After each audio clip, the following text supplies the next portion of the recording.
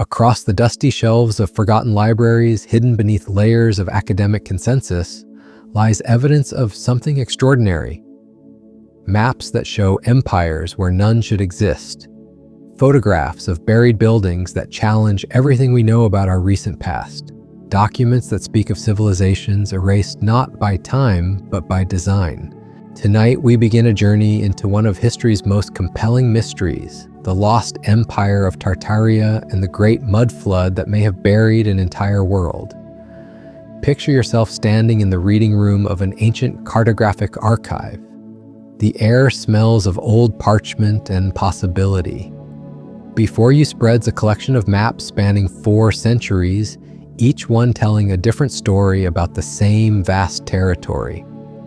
On a map from 1570, the word Tartaria stretches across an enormous expanse of Asia, encompassing lands from the Caspian Sea to the Pacific Ocean.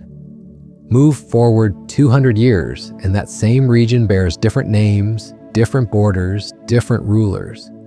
By 1900, Tartaria has vanished entirely, as if an entire continent had been erased from existence. This is not the gradual evolution of political boundaries we might expect from natural historical progression. This is something far more dramatic, a systematic removal of an empire that once dominated the largest landmass on Earth. The question that haunts researchers today is simple yet profound. Where did Tartaria go, and why has its memory been so thoroughly scrubbed from our understanding of the past? The story begins with Guillaume de Lille, the premier geographer to the French king in the early 1700s. When de Lille created his masterwork, the Carte de Tartarie, in 1757, he wasn't drawing from imagination or political propaganda. He was mapping territories based on the most reliable sources available to European cartographers of his era, reports from explorers, traders, and diplomats who had traveled these distant lands. His map reveals not one Tartaria, but several, independent Tartari stretching east from the Caspian Sea, Chinese Tartari occupying the northeast regions beyond Korea, Western Tartari positioned between these vast territories, Eastern Tartari extending north of the Chinese regions, and dominating the northern expanse, Muscovite Tartari, a realm so large it defied European comprehension. These were not vague approximations or mythical kingdoms. They were documented political entities with defined borders, administrative centers, and complex relationships with neighboring powers.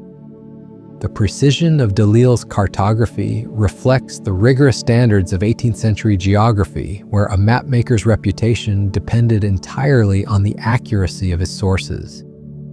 Yet within a century, every trace of these Tartarian territories had been systematically renamed, redistributed, or simply forgotten. Abraham Ortelius, the Flemish cartographer who created the first modern atlas in 1570, provides even earlier evidence of Tartaria's prominence. His map of Tartaria shows a sophisticated empire extending from the Caspian Sea in the west to China and Japan in the east. The detail is remarkable, coastal features precisely rendered, inland territories carefully delineated, trade routes marked with the confidence of established knowledge. This was not the work of a fantasist, but of a scholar working from the best available intelligence of his time. What makes these historical maps so compelling is their consistency across different nations, languages, and centuries. French cartographers, German geographers, English explorers, and Russian chroniclers all acknowledge the same basic reality. A vast territory called Tartaria dominated the heart of Asia for hundreds of years. The consensus was so complete that questioning Tartaria's existence would have seemed as absurd as denying the existence of France or Spain. Yet by the mid-19th century, something had changed. Maps that once showed the sprawling territories of independent Tartary began to display Mongolia instead. Regions previously marked as Chinese Tartary became incorporated into an expanding Chinese empire. The great northern expanse of Muscovite Tartary was absorbed into the growing Russian Empire. It was as if an entire civilization had been administratively dissolved, its lands redistributed among more familiar powers. The timing of this transformation coincides with a period of unprecedented change across the Eurasian continent. The Industrial Revolution was reshaping economies and societies. Colonial empires were expanding their reach into previously unexplored territories. New technologies of communication and transportation were connecting distant regions in ways never before possible. In such a context, the disappearance of an ancient empire might seem like the natural result of modernization and political consolidation. But there are anomalies that trouble this neat explanation. Photographs from the late 19th and early 20th centuries reveal architectural marvels that seem impossibly advanced for their supposed time period. Massive stone buildings with intricate facades, ornate domes that rival the greatest cathedrals of Europe, transportation infrastructure that suggests engineering capabilities far beyond what history tells us existed in these remote regions. These structures appear in cities across the former Tartarian territories, from St. Petersburg to San Francisco, from Boston to Istanbul. Even more puzzling are the countless buildings that appear to have been partially buried. In city after city around the world, 18th and 19th century structures display windows, doors, and even entire floors that now sit below ground level. The conventional explanation suggests gradual changes in urban development, the raising of street levels, the accumulation of debris over time. But the scale and consistency of this phenomenon defies such simple reasoning. Walk through the historic districts of Edinburgh and you'll find Georgian buildings whose ground floor windows peek out from what are now basement levels. Explore the old quarters of Paris and you'll discover ornate doorways that lead nowhere, their entrances buried beneath several feet of accumulated earth. Journey to St. Petersburg and you'll encounter palaces whose grand facades begin not at street level, but several meters below it. The pattern repeats across continents as if some global event had systematically buried the architectural achievements of an earlier age. The mud flood theory attempts to explain these anomalies through a simple but radical premise. Sometime in the relatively recent past, a series of catastrophic events deposited vast quantities of sediment across inhabited regions of the world. These deposits buried buildings, altered landscapes, and forced survivors to adapt to dramatically changed environments. The advanced civilization that created the buried architecture was not primitive by our standards, but potentially more sophisticated than we have been led to believe. Proponents of this theory point to geological evidence of massive flooding events, unusual sediment layers in unexpected locations, and the curious phenomenon of liquefaction, where solid ground becomes fluid during seismic activity. They argue that such events could indeed bury entire city districts in a matter of hours or days, preserving the architectural evidence we see today, while destroying the cultural memory of those who built it. The implications of this theory extend far beyond simple archaeological curiosity. If the mud flood hypothesis is correct, then our understanding of recent history requires fundamental revision. The technological capabilities we attribute to the Industrial Revolution may have been rediscoveries rather than innovations. The architectural achievements we celebrate as products of European genius may have been inherited from an earlier, more advanced civilization. Consider the great world's fairs of the late 19th and early 20th centuries. The 1893 World's Columbian Exposition in Chicago created what visitors called the White City, a sprawling complex of neoclassical buildings that seemed to spring from the imagination of the Renaissance masters. Official accounts describe these structures as temporary constructions built quickly from wood and plaster, designed to impress visitors for a few months before being demolished. Yet photographs from the fair show buildings of extraordinary scale and detail, architectural achievements that would challenge modern construction capabilities. Similar patterns appear at exposition sites around the world. The 1915 Panama Pacific International Exposition in San Francisco featured the Tower of Jewels, a structure so elaborate and massive that contemporary observers struggled to believe it had been built specifically for a temporary fair. The buildings at these expositions shared architectural DNA with the greatest monuments of classical antiquity, yet they were supposedly constructed by industrial age workers using 19th century techniques. The mud flood theory suggests an alternative explanation. These exposition buildings were not newly constructed, but excavated from layers of sediment that had buried them for decades or centuries. The world's fairs became opportunities to showcase the architectural heritage of a lost civilization, temporarily cleaned and restored before being buried again or demolished to prevent too many questions being asked. This perspective transforms our understanding of technological progress from a steady upward climb to something more cyclical. Civilizations rise, achieve great heights of sophistication, then collapse or are destroyed, leaving only fragments for subsequent cultures to rediscover and claim as their own innovations. The rapid technological advancement of the 19th century may have been possible not because human genius suddenly accelerated, but because the blueprints and examples of an earlier advanced civilization were being systematically uncovered and reverse engineered. The evidence extends beyond architecture into the realm of energy and technology. Tartarian researchers point to historical accounts of wireless energy transmission, advanced metallurgy, and construction techniques that seem to anticipate modern capabilities by decades or centuries. They note the curious prevalence of ornate towers and spires in 19th century architecture, structures that seem over-engineered for purely decorative purposes, but might have served technological functions we no longer understand. Documents from the period hint at suppressed innovations and abandoned technologies. Patents for wireless energy systems that were never implemented commercially. Architectural plans that show sophisticated understanding of harmonic resonance and acoustic engineering. Engineering projects that were started with great fanfare but mysteriously canceled or forgotten. The pattern suggests not just the loss of individual innovations, but the systematic suppression of an entire technological paradigm. As we delve deeper into this mystery, we begin to see connections between seemingly unrelated phenomena.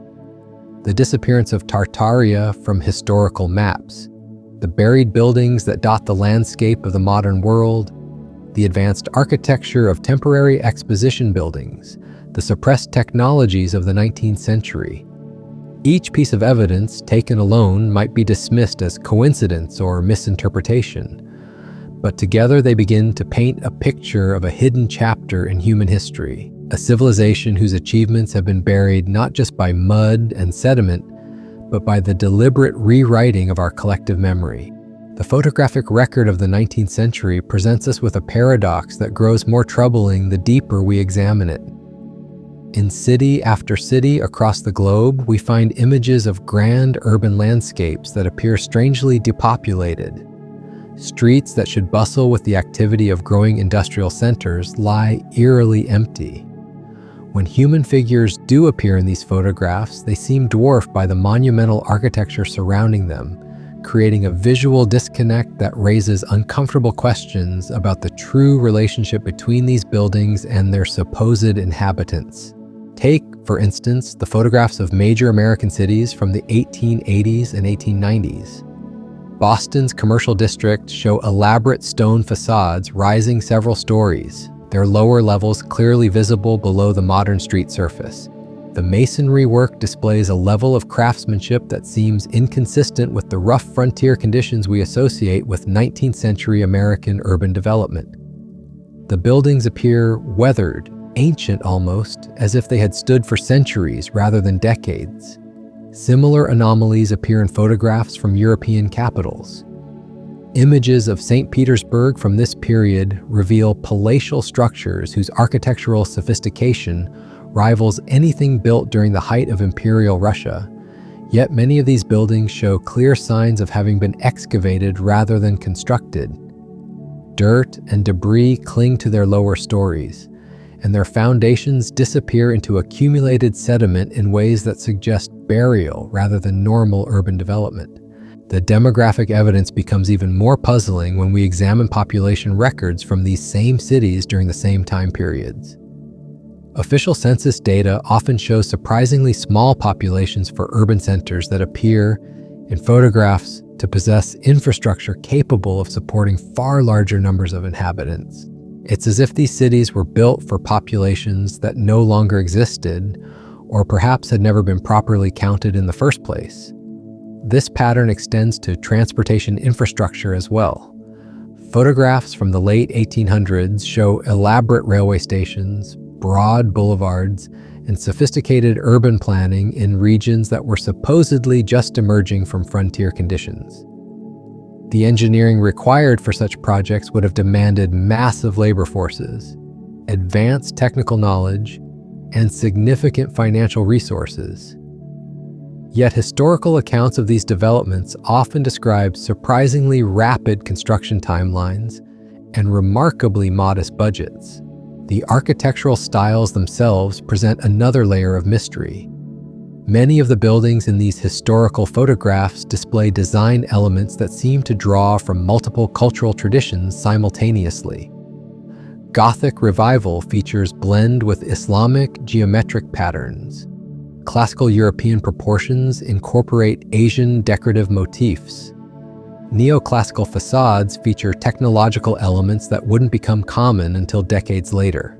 It's as if the builders had access to a global architectural vocabulary that transcended the cultural boundaries we normally associate with 19th century regional styles.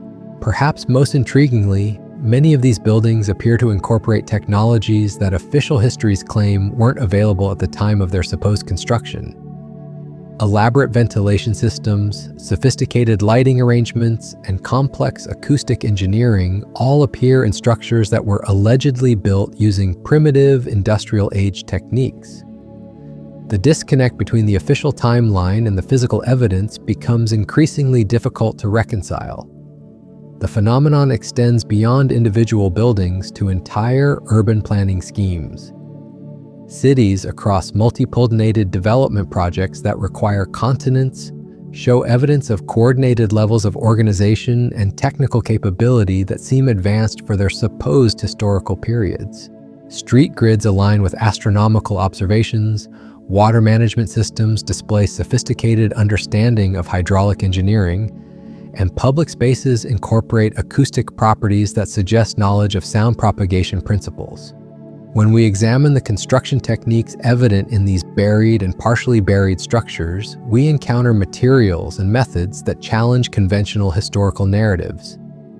Stone cutting that achieves precision tolerances normally associated with machine tools. Mortar formulations that have withstood centuries of weathering without significant deterioration. Metalwork that shows understanding of alloy compositions not officially discovered until much later periods. The physical evidence suggests technological capabilities that exceed what we've been taught was possible for their alleged time of construction. The demolition records for many of these structures tell their own troubling story. Buildings that had stood for what appeared to be centuries were suddenly declared unsafe or obsolete and demolished with remarkable haste. The debris from these demolitions was often disposed of in ways that prevented detailed examination of construction techniques or materials. It's as if there was a systematic effort to eliminate physical evidence that might contradict official historical narratives.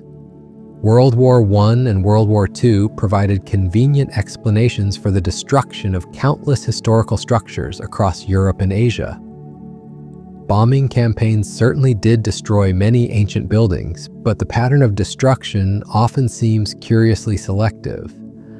Buildings that might have provided evidence of advanced pre-industrial construction techniques were frequently targeted, while structures of less archaeological significance often survived relatively intact.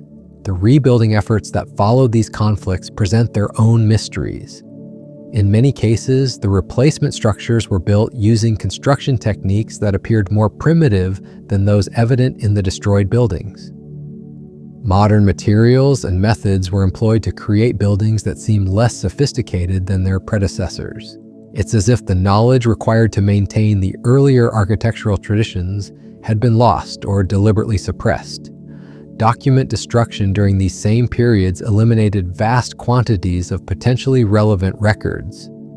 Archives that might have contained evidence of advanced pre-industrial technologies were lost to fire, bombing, or simple neglect. The surviving documentary evidence often consists of fragments that raise more questions than they answer, tantalizing hints of suppressed knowledge rather than complete historical accounts.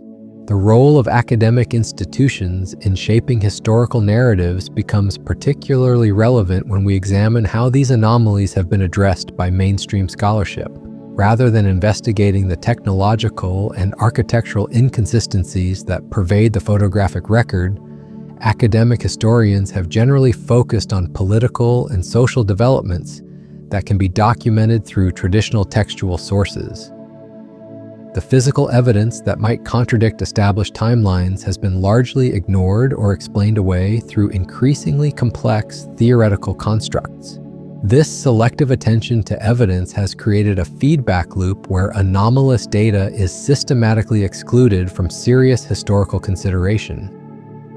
Graduate students learn to focus on research questions that can be answered using approved methodologies, while phenomena that might require interdisciplinary approaches or challenge fundamental assumptions about historical development are discouraged or dismissed as fringe speculation. The result is a historical narrative that becomes increasingly disconnected from the physical evidence it claims to explain.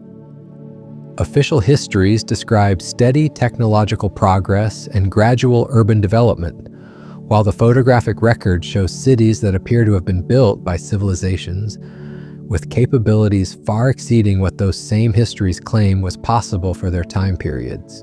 Meanwhile, the buried buildings continue to present their silent testimony. In basement after basement, subterranean level after subterranean level, the architectural achievements of an earlier age await rediscovery. Their windows still frame views of spaces that have been filled with earth for generations. Their doorways still open onto passages that lead deeper into a hidden world beneath our feet. The electromagnetic properties of many of these buried structures add yet another dimension to the mystery. Modern measurement techniques reveal that many 19th century buildings, particularly those with elaborate tower structures, display unusual electromagnetic characteristics. The materials used in their construction seem to have been selected not just for structural properties, but for their ability to interact with electromagnetic fields in specific ways. This electromagnetic sensitivity appears to be particularly pronounced in buildings that featured the ornate spires and tower elements that were so common in Tartarian architectural styles. These structures seem to have been designed to harvest, focus, or transmit electromagnetic energy in ways that we are only beginning to understand. The implications of this technology, if it was indeed deliberately incorporated into these buildings, would revolutionize our understanding of 19th century technological capabilities. As we piece together these fragments of evidence, a picture begins to emerge of a civilization whose achievements have been systematically obscured. Not through the gradual erosion of time, but through deliberate efforts to rewrite the historical record and bury the physical evidence of technological capabilities that don't fit comfortable narratives of human progress. The question that haunts this investigation is not just what happened to Tartaria, but who benefited from its disappearance and why they went to such extraordinary lengths to erase it from human memory. The investigation into this systematic erasure leads us down pathways that challenge the very foundations of how we understand power, knowledge, and control in the modern world. When we examine the institutions that emerged during the period when Tartaria vanished from maps and memory, we begin to see patterns that suggest coordination rather than coincidence. The rise of centralized banking systems across Europe and America coincides precisely with the disappearance of Tartarian territories from official documentation. The establishment of national currencies, standardized weights and measures, and unified legal systems all occurred during the same decades when vast regions of Asia were being administratively reorganized and renamed. These weren't isolated developments, but interconnected elements of a comprehensive transformation of how human societies were organized and controlled. Consider the emergence of compulsory education systems during this same period. For the first time in human history, governments assumed responsibility for determining what children would learn about their past. The curriculum that emerged from these new educational institutions presented a carefully curated version of history that emphasized European achievements while minimizing or ignoring the technological and architectural accomplishments of other civilizations. The Tartarian Empire, with its advanced infrastructure and sophisticated urban planning, simply didn't fit the narrative of progressive Western development that these educational systems were designed to promote. The standardization of historical timelines became a crucial element in this process. Before the 19th century, different cultures maintained their own chronological systems, their own ways of understanding the past. The imposition of a single, universal timeline allowed for the systematic reorganization of historical events to support particular political and cultural agendas. Events that didn't align with the preferred narrative could be reassigned to different time periods, attributed to different cultures, or simply omitted entirely. The development of photography during this same era provides us with a unique window into this process of historical revision. Early photographs capture a world in transition, showing architectural marvels that seem inconsistent with the official historical timeline, alongside evidence of massive construction and excavation projects. These images document not just the buried buildings that intrigue modern researchers, but the systematic process by which those buildings were being uncovered, cataloged, and in many cases, destroyed. Railroad construction projects of the 19th century often involved extensive excavation work that revealed architectural remains dating to periods much earlier than official histories would suggest. Workers regularly uncovered ornate stonework, sophisticated drainage systems, and building foundations that displayed construction techniques superior to those being used in contemporary projects. Rather than investigating these discoveries, project managers typically ordered the immediate removal and disposal of such artifacts to prevent delays in construction schedules. The timing of major archaeological expeditions during this period reveals another troubling pattern. Teams of researchers, often funded by wealthy industrialists or government agencies, systematically explored regions that had once been part of the Tartarian territories. These expeditions produced vast collections of artifacts, architectural drawings, and photographic documentation that were then sequestered in private collections or institutional archives where public access was severely restricted. Museum collections from this era contain thousands of artifacts that challenge conventional historical narratives, yet these objects rarely appear in public exhibitions. Curatorial decisions consistently favor displays that support established timelines while relegating anomalous materials to storage facilities, where they remain largely unstudied. The few researchers who have gained access to these collections describe technological artifacts that suggest advanced metallurgy, precision manufacturing, and sophisticated understanding of engineering principles that weren't supposed to exist during the periods from which these objects allegedly date. The role of secret societies and exclusive organizations during this period of historical revision deserves particular attention. Many of the individuals involved in the systematic documentation and subsequent suppression of Tartarian evidence were members of organizations that maintained strict oaths of secrecy regarding their activities. These groups possessed the financial resources, international connections, and institutional influence necessary to coordinate complex operations across multiple continents simultaneously. Communication networks that connected these organizations enabled the rapid dissemination of information about archaeological discoveries, ensuring that significant finds could be quickly evaluated and, if necessary, suppressed before they could challenge established narratives. Telegraph systems, shipping networks, and early international banking arrangements provided the infrastructure necessary for such coordination, allowing decisions made in European capitals to influence archaeological work in remote Asian territories within weeks rather than months. The destruction of libraries and archives during this period eliminated vast quantities of historical documentation that might have preserved records of Tartarian civilization. Many of these losses were attributed to accidents, wars, or natural disasters, but the pattern of destruction shows curious selectivity. Collections that contain maps, technical documents, or architectural plans from the relevant time periods suffered disproportionately high rates of loss, while materials dealing with other subjects often survived intact. Government agencies established during the 19th century assumed unprecedented control over historical research and archaeological activities. Permits became required for excavation work, research access was restricted to approved scholars, and publication of findings became subject to official review. These regulatory frameworks provided mechanisms for controlling the flow of information about archaeological discoveries while maintaining the appearance of legitimate scientific oversight. The emergence of professional academic disciplines during the same period created additional barriers to independent research. Historians, archaeologists, and other scholars became dependent on institutional affiliations for access to resources, research materials, and publication opportunities.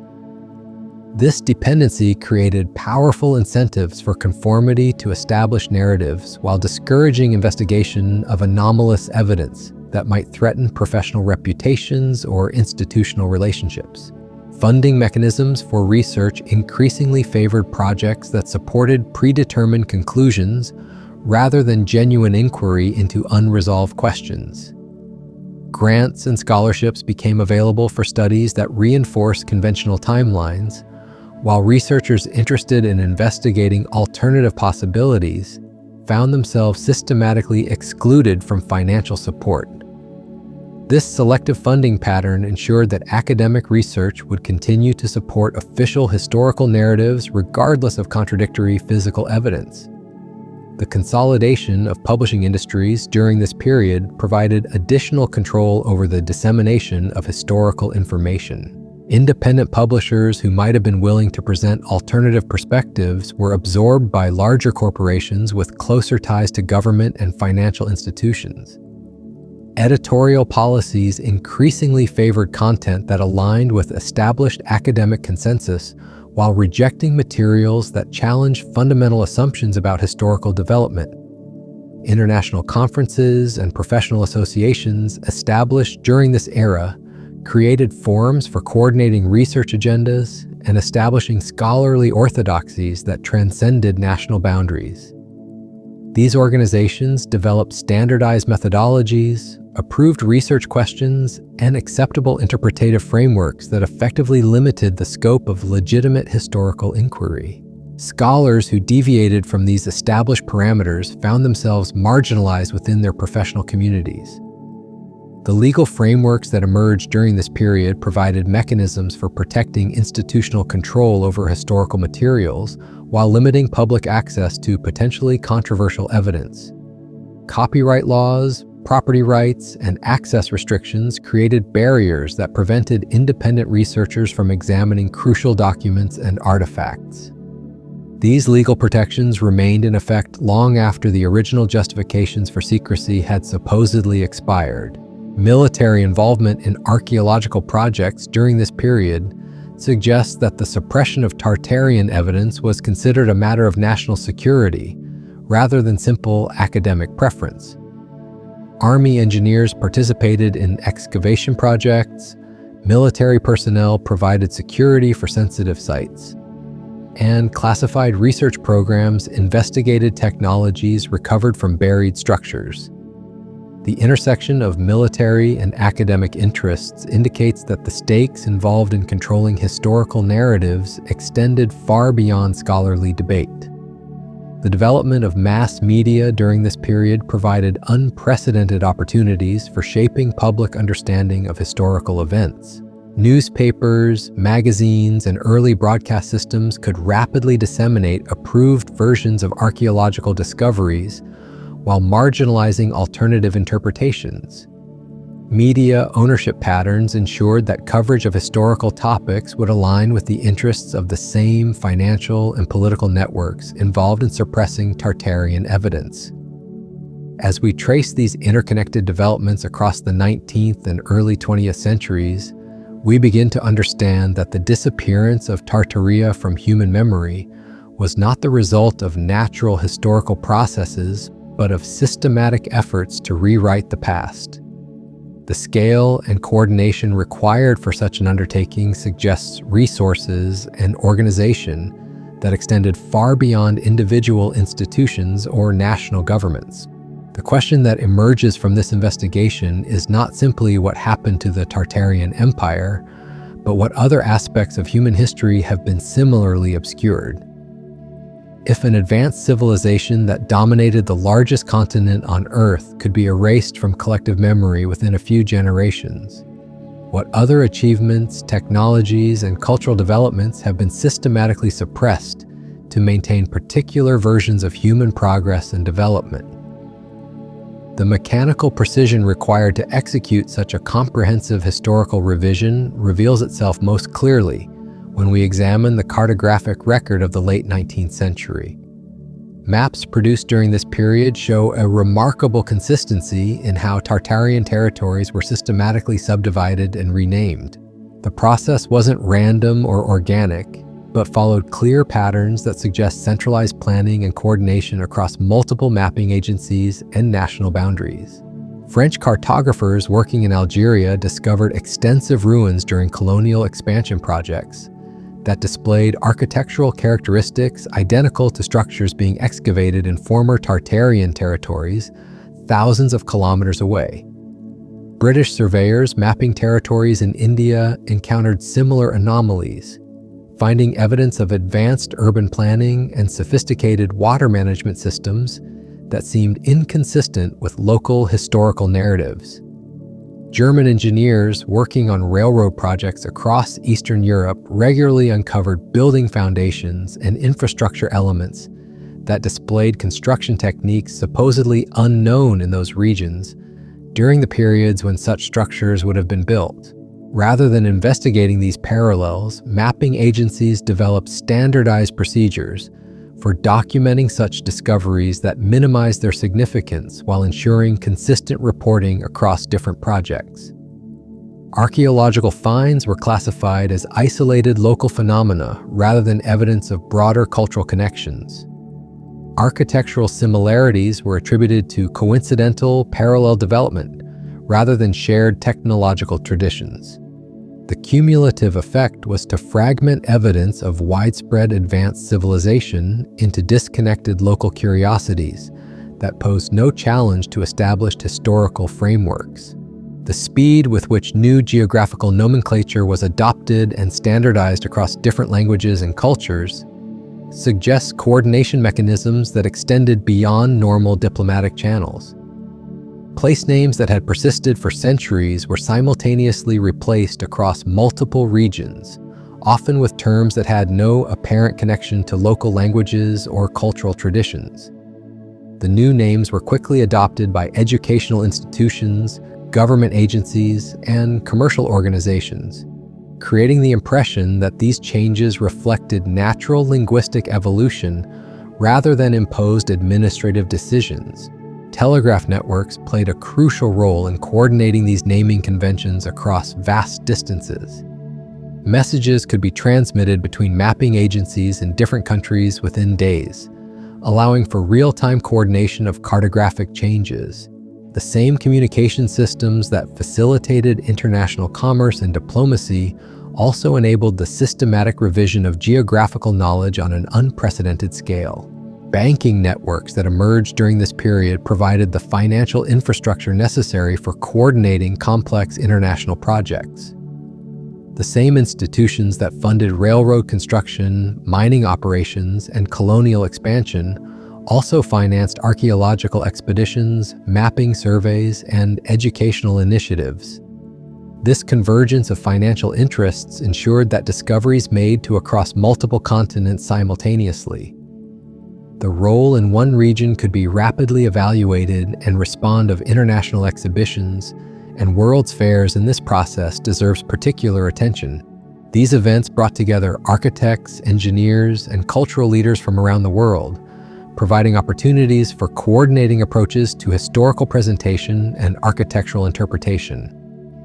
The buildings constructed for these fairs often incorporated design elements that seemed to reference advanced construction techniques, while simultaneously demonstrating that such capabilities were supposedly recent innovations rather than recovered ancient knowledge. Photographic documentation from these exhibitions reveals curious inconsistencies in how temporary structures were described and treated. Buildings that were allegedly constructed specifically for short-term display showed signs of age and weathering that seemed inconsistent with their supposed recent construction. Construction timelines that seemed impossibly brief for the scale and complexity of the structures involved. Materials and techniques that appeared more sophisticated than contemporary building standards would suggest. The systematic demolition of these exhibition buildings immediately after the events concluded eliminated physical evidence that might have supported alternative interpretations of their construction. Official explanations emphasized the temporary nature of these structures while obscuring questions about the source of the architectural knowledge and construction capabilities they represented. The rapid disposal of demolition materials prevented detailed examination of building techniques and materials that might have revealed anomalous characteristics. Educational curricula developed during this period reflected these same patterns of systematic historical revision. Textbooks published in different countries during the same decades showed remarkable consistency in how they presented ancient history, technological development, and cultural evolution. The narrative that emerged emphasized European achievements while minimizing or ignoring evidence of advanced capabilities in other cultures and regions. The standardization of educational content extended beyond simple historical facts to include fundamental assumptions about human development and technological progress. Students learned to view history as a linear progression from primitive to advanced, with European civilization representing the pinnacle of human achievement. Alternative models of cultural development that might accommodate evidence of earlier advanced civilizations were systematically excluded from educational consideration. Teacher training programs established during this period ensured that educators would consistently present approved historical narratives while discouraging students from asking questions that might challenge fundamental assumptions. Professional development requirements and certification processes created mechanisms for maintaining ideological consistency across educational systems that spanned multiple nations and cultures. The emergence of professional archaeology as a distinct academic discipline during this period provided additional mechanisms for controlling the interpretation of physical evidence. Excavation techniques, documentation procedures, and analytical methods were standardized in ways that emphasized certain types of evidence, while systematically overlooking or minimizing others. The result was an archaeological methodology that was inherently biased toward supporting predetermined historical conclusions. Funding for archaeological projects increasingly came from sources with clear interests in maintaining particular historical narratives. Industrial concerns that had profited from the acquisition and development of former Tartarian territories provided financial support for research projects that emphasized the primitive nature of earlier inhabitants while celebrating the technological achievements of European colonizers and developers.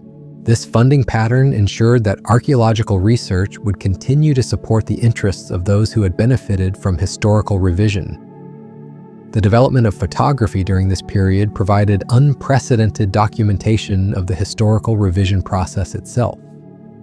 Early photographs capture not just the buried buildings and architectural anomalies that intrigue modern researchers, but the systematic excavation and destruction activities that were eliminating evidence of earlier advanced civilizations. These images show massive earth-moving operations, coordinated demolition projects, and carefully organized disposal of archaeological materials. Industrial machinery that was supposedly being developed for construction and mining operations appears in these photographs being used for archaeological destruction rather than preservation. Steam-powered excavators systematically removed layers of accumulated sediment that had preserved earlier architectural remains. Railroad systems transported removed materials away from excavation sites before detailed examination could occur. The same technological capabilities that were supposedly recent innovations were being employed to eliminate evidence of earlier technological achievements. The legal frameworks that emerged during this period provided mechanisms for protecting this systematic destruction of evidence, while preventing interference from independent researchers or concerned citizens. Property laws were modified to give developers and government agencies broad authority over archaeological materials found on their lands. Access restrictions prevented unauthorized examination of excavation sites or recovered artifacts. Export controls limited the movement of potentially significant materials to locations where they might receive more thorough scientific analysis. International legal agreements established during this period created frameworks for coordinating these protective measures across national boundaries.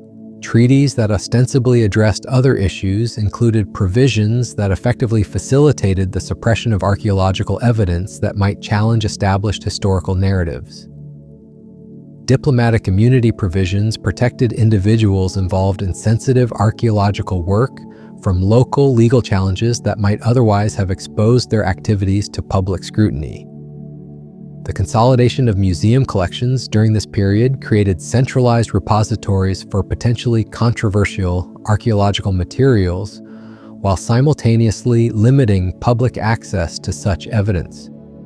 Acquisition policies favored materials that supported established historical timelines, while systematically excluding artifacts that might suggest alternative interpretations. Storage and cataloging procedures ensured that anomalous materials would remain effectively hidden even within institutional collections. Curatorial practices developed during this era established precedents for presentation and interpretation that continue to influence museum exhibitions today. Display techniques that emphasized approved historical narratives while minimizing visitor attention to potentially contradictory evidence. Educational programs that reinforced conventional timelines while discouraging critical examination of underlying assumptions.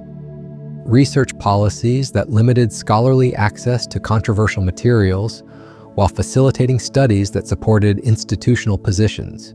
The emergence of mass tourism during this period provided additional mechanisms for controlling public understanding of archaeological sites and historical monuments. Guided tour scripts were standardized to present approved interpretations while discouraging visitors from asking questions that might lead to alternative conclusions. Souvenir materials and promotional literature reinforced conventional historical narratives, while avoiding mention of anomalous evidence or unresolved questions. Photographic restrictions at many sites prevented visitors from documenting details that might support alternative interpretations of archaeological evidence. Access limitations ensured that only approved researchers could examine sites closely enough to identify anomalous characteristics. The result was a tourism industry that actively reinforced official historical narratives, while preventing the general public from encountering evidence that might challenge those narratives. The coordination required for such comprehensive control over historical interpretation suggests organizational capabilities that extended far beyond any single institution or national government. The simultaneous implementation of similar policies across multiple countries, cultures, and languages indicates planning and resources that could only have been mobilized by networks with truly global reach and influence. As we examine the mechanisms through which this historical revision was accomplished, we begin to understand that the disappearance of Tartaria represents just one example of how powerful interests have shaped human understanding of the past. The same techniques and organizational structures that erased an advanced civilization from collective memory could have been applied to other aspects of human history that didn't align with preferred narratives of progress and development. The implications extend beyond simple historical curiosity to fundamental questions about knowledge, power, and control in human societies. If the physical evidence of advanced ancient civilizations has been systematically suppressed, what other aspects of human potential and achievement have been hidden from our understanding? The buried buildings of the mud flood may represent not just archaeological anomalies, but glimpses of capabilities and knowledge that challenge our most basic assumptions about human development and the nature of civilization itself. The technological sophistication embedded within these buried structures reveals itself most dramatically when we examine their electrical and electromagnetic properties. Modern researchers equipped with sensitive detection equipment have discovered that many 19th century buildings, particularly those featuring elaborate spires and tower configurations, exhibit unusual electromagnetic characteristics that suggest they were designed for purposes far beyond mere architectural ornamentation. Buildings across former Tartarian territories display a curious consistency in their use of specific materials that possess unique electrical properties.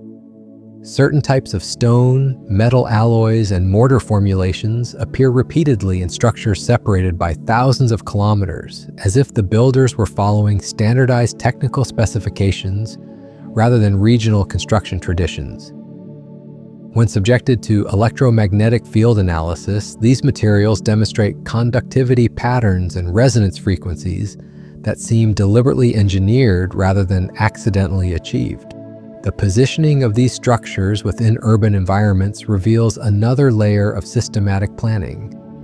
Cities across the former Tartarian realm show evidence of grid layouts that align not just with geographical features, but with electromagnetic field lines and underground water sources. The placement of major buildings appears to have been calculated to optimize their interaction with natural energy fields, creating networks of structures that could potentially function as components in larger technological systems. Underground chambers beneath these buildings often contain architectural elements that seem designed to channel or focus electromagnetic energy. Curved walls that create resonance cavities, metal fixtures positioned at precise intervals, and drainage systems that follow patterns consistent with electrical grounding rather than simple water management. The sophistication of these installations suggests knowledge of electromagnetic principles that weren't supposed to be understood until decades or centuries after these structures were allegedly built. The ornate spires and towers that characterize Tartarian architecture take on new significance when examined from this technological perspective. Rather than purely decorative elements, these vertical structures appear to have been carefully designed antennas or energy collectors. Their height, proportions, and metallic components follow mathematical relationships that optimize their ability to interact with atmospheric electrical phenomena. The elaborate decorative elements that cover these towers often conceal sophisticated geometric patterns that enhance their electromagnetic properties. Historical accounts from the period describe unusual atmospheric phenomena associated with these tower structures. Witnesses reported strange lights, unusual sounds, and electromagnetic effects that seem to emanate from the buildings themselves. Rather than investigating these reports as potential evidence of advanced technology, contemporary authorities typically dismiss such accounts as superstition or natural weather phenomena. The rapid dismantling of these tower systems during the late 19th and early 20th centuries coincides with the development of centralized electrical power generation and distribution networks. Buildings that had previously operated using what appeared to be wireless energy systems were systematically retrofitted with conventional electrical wiring. The original energy collection and distribution systems were removed or disabled, often with the explanation that they were outdated or unsafe. Patent records from this period reveal numerous applications for wireless energy transmission systems that bear striking similarities to the architectural features being removed from Tartarian buildings. These patents describe technologies for harvesting atmospheric electricity, transmitting power without wires, and creating resonance networks that could distribute energy across large areas. Many of these patents were granted but never implemented commercially, suggesting that working examples of such technologies may already have existed in the form of inherited Tartarian infrastructure. The timing of these technological suppressions coincides with the emergence of petroleum-based energy systems and centralized utility companies. Industries that would profit from controlling energy production and distribution had clear financial incentives to eliminate competing technologies that might have allowed for decentralized, freely available power generation. The systematic destruction of Tartarian energy infrastructure removed potential alternatives to the fossil fuel dependency that would dominate industrial development for the next century. Financial records from utility companies established during this period show significant investments in acquiring and dismantling older electrical systems, often at costs that seemed economically unjustifiable unless the goal was elimination rather than improvement of existing infrastructure. These companies purchased buildings specifically to remove their electrical systems, then sold the properties at losses that would have bankrupted smaller enterprises but were apparently acceptable to investors with broader strategic objectives. The development of radio and wireless communication technologies during this same period may have been based on reverse engineering principles recovered from dismantled Tartarian installations. Early radio pioneers often worked in secrecy, claimed their innovations were inspired by unknown sources, and demonstrated capabilities that seemed to exceed what their supposed theoretical knowledge would have permitted. The rapid advancement of wireless technologies during the early 20th century might reflect the systematic study and application of principles inherited from an earlier technological civilization. Military involvement in these technological recovery operations indicates that the strategic implications of Tartarian energy systems were well understood by government agencies. Army engineering units participated in the systematic dismantling of tower networks, classified research programs, investigated recovered technological components, and national security restrictions prevented public discussion of discoveries made during these operations. The intersection of military and commercial interests suggests that Tartarian technologies posed perceived threats to both economic and strategic power structures. International coordination of these suppression efforts required communication and organizational capabilities that extended across national boundaries and cultural differences. The simultaneous dismantling of similar technological systems in regions controlled by different governments suggests planning mechanisms that transcended normal diplomatic channels.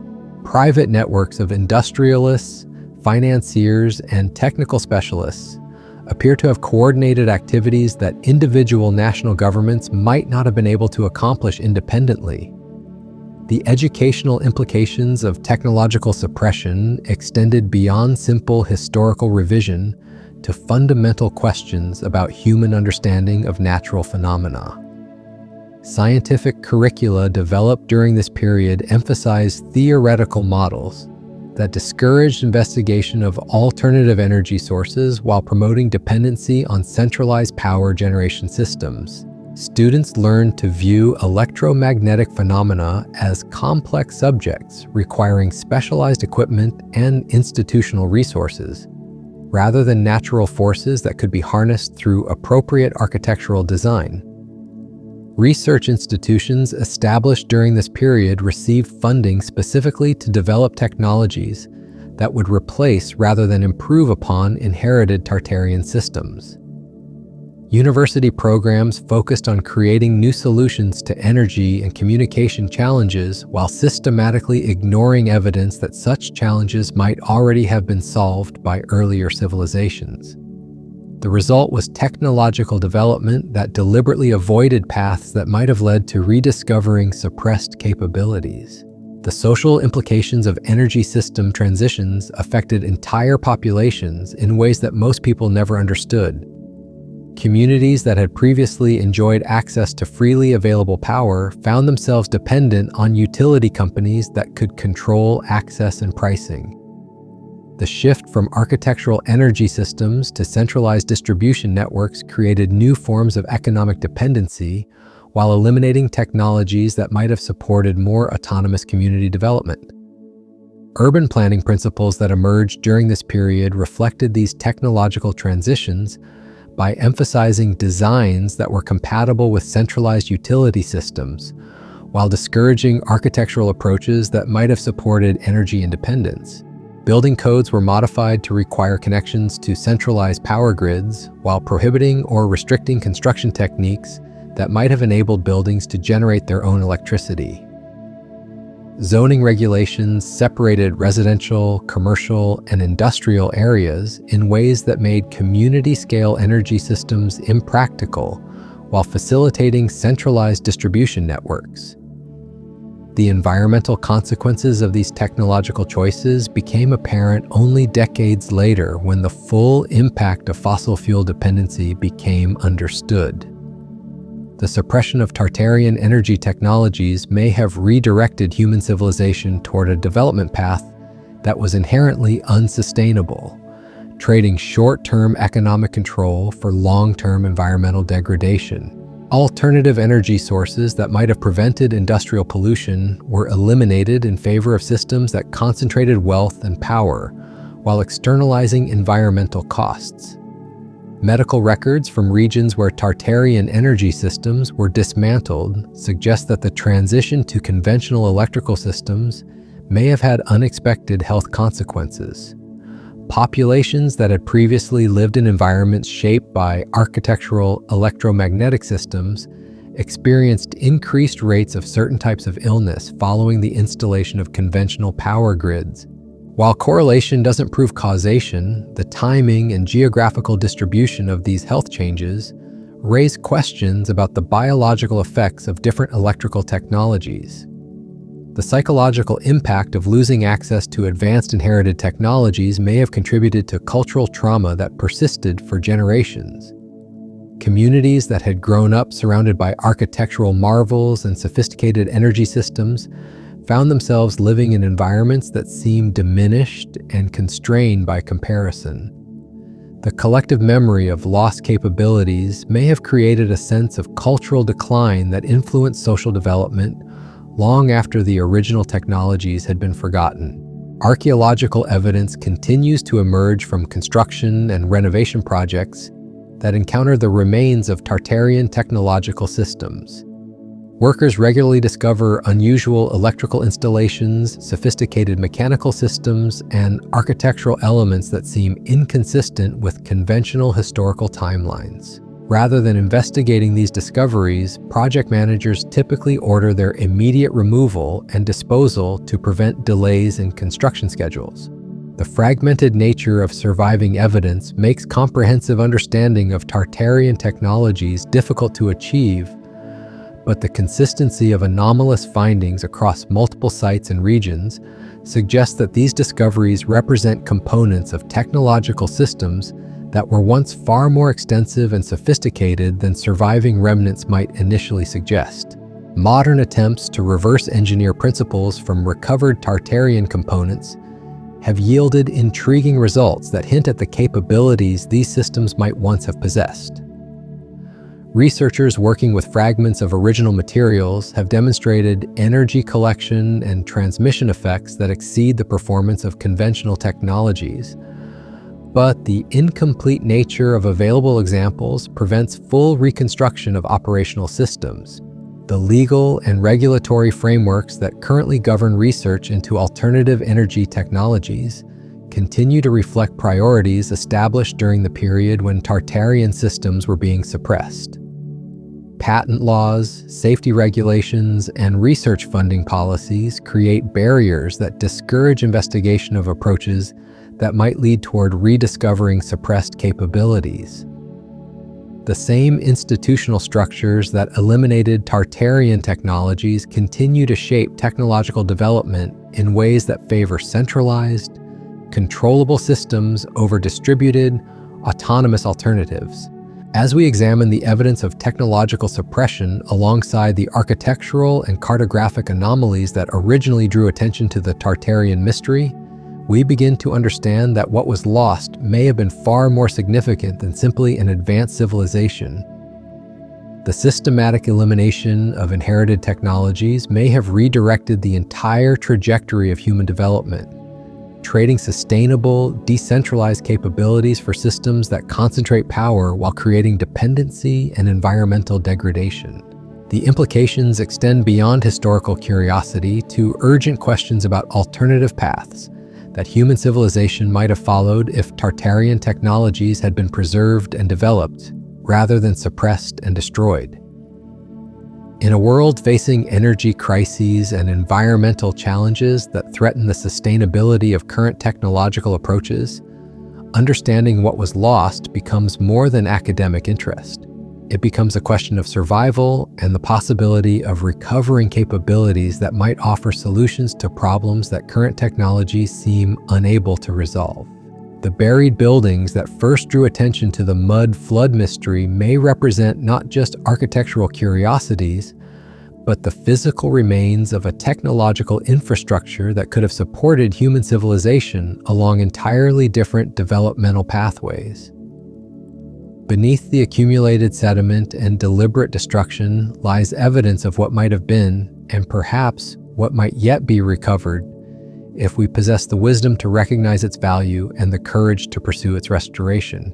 The recovery of suppressed technological knowledge faces obstacles that extend far beyond simple technical challenges into realms of institutional resistance that have been carefully constructed over more than a century. When independent researchers attempt to investigate the electromagnetic properties of buried Tartarian structures, they encounter access restrictions that seem designed more to prevent discovery than to protect historical sites. Property owners, government agencies, and academic institutions maintain policies that effectively shield potentially revolutionary evidence from scientific examination. Private collectors who possess artifacts recovered from Tartarian sites often describe pressure from unknown sources to sell or donate their holdings to institutions where such materials disappear into storage facilities that researchers cannot access. These transactions typically involve financial offers that exceed the apparent market value of the objects, suggesting that the parties seeking to acquire them place extraordinary importance on controlling access to such evidence. The systematic removal of Tartarian artifacts from private hands mirrors the historical pattern of suppression while extending it into the present day. Modern construction projects that encounter buried Tartarian infrastructure face regulatory requirements that prioritize rapid disposal of anomalous findings over scientific investigation. Environmental impact assessments, construction schedules, and safety protocols create frameworks that make detailed examination of discovered materials impractical or impossible. The same bureaucratic mechanisms that facilitate efficient development also ensure that evidence of advanced historical technologies rarely receives the attention it might deserve. The financial incentives that drive contemporary construction and development projects create additional barriers to investigating Tartarian remains. Delays caused by archaeological investigation can cost developers millions of dollars in lost revenue, creating powerful economic pressure to minimize the significance of any discoveries that might trigger preservation requirements.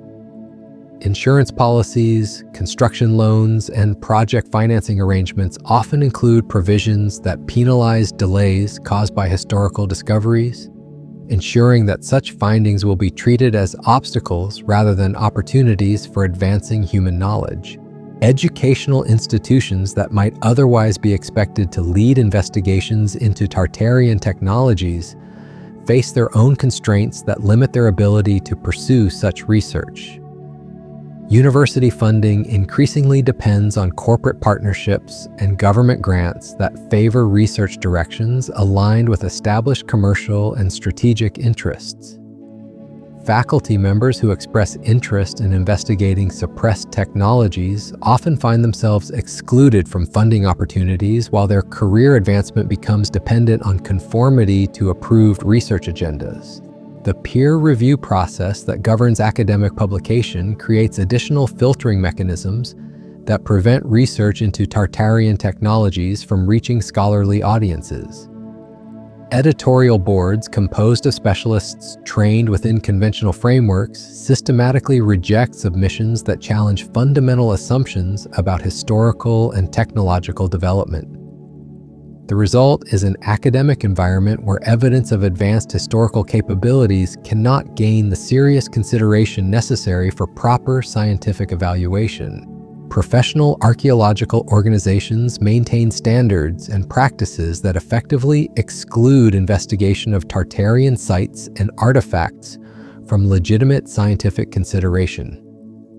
Excavation protocols, documentation requirements, and analytical methods are designed to support predetermined theoretical frameworks, while systematically overlooking evidence that might suggest alternative interpretations.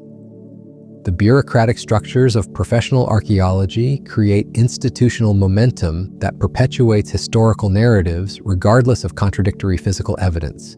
International heritage protection organizations that ostensibly exist to preserve important historical sites often function as barriers to investigating Tartarian remains.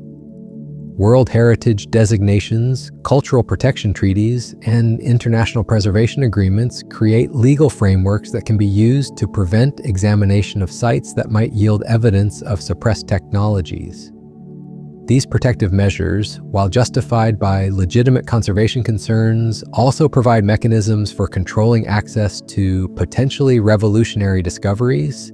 The insurance and liability frameworks that govern historical research create additional disincentives for investigating Tartarian technologies. Research institutions face significant financial exposure if their activities are perceived to challenge established historical narratives or threaten existing commercial interests. Legal liability for the economic consequences of historical revision creates risk management pressures that discourage investigation of evidence that might prove disruptive to established institutions and industries. Corporate interests in energy, construction, and technology sectors maintain active monitoring of research that might lead to rediscovering suppressed Tartarian capabilities. Patent surveillance, research tracking, and competitive intelligence operations identify promising lines of investigation before they can develop into commercially viable alternatives to existing technologies. Early-stage research projects that show potential for recovering Tartarian principles often receive acquisition offers or partnership proposals that effectively redirect their development toward conventional applications. Government agencies responsible for national security and economic stability maintain classified research programs that investigate Tartarian technologies while simultaneously working to prevent such knowledge from reaching public awareness. Military research divisions, intelligence agencies, and strategic planning organizations understand the potential implications of recovered Tartarian capabilities, while recognizing that widespread access to such technologies could destabilize existing power structures and economic relationships. The regulatory frameworks that govern energy production and distribution create legal barriers to implementing technologies based on Tartarian principles, even if such systems could be successfully reconstructed. Utility regulations, safety standards, and grid interconnection requirements are designed around centralized power generation and distribution models that make decentralized wireless energy systems difficult or impossible to implement legally. Environmental protection laws, building codes, and zoning regulations reinforce these barriers by prohibiting construction techniques that might enable buildings to function as energy generation and distribution systems. Financial markets and investment structures that fund technological development systematically avoid supporting research into Tartarian capabilities because such technologies threaten the profitability of established energy and utility industries. venture capital firms, research and development budgets, and technology investment funds direct resources toward innovations that complement rather than replace existing infrastructure. The economic incentives that drive technological development create powerful forces opposing the recovery of suppressed capabilities that might eliminate rather than enhance opportunities for profit and control. Communication technologies and information distribution systems that shape public understanding of historical and technological topics maintain editorial policies that marginalize discussion of Tartarian evidence. Social media platforms, search engines, and content distribution networks use algorithmic filtering and content moderation policies to limit the visibility of information that challenges established historical narratives. The same technologies that could facilitate widespread awareness of suppressed knowledge instead function as mechanisms for controlling the flow of potentially disruptive information.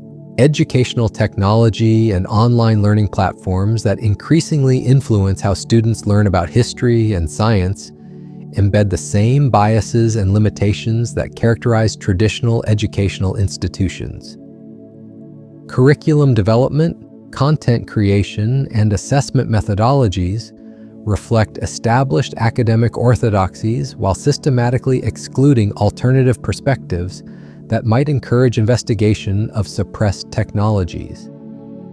Digital educational resources perpetuate conventional narratives while making it increasingly difficult for students to encounter evidence that might challenge their fundamental assumptions about human development and technological progress.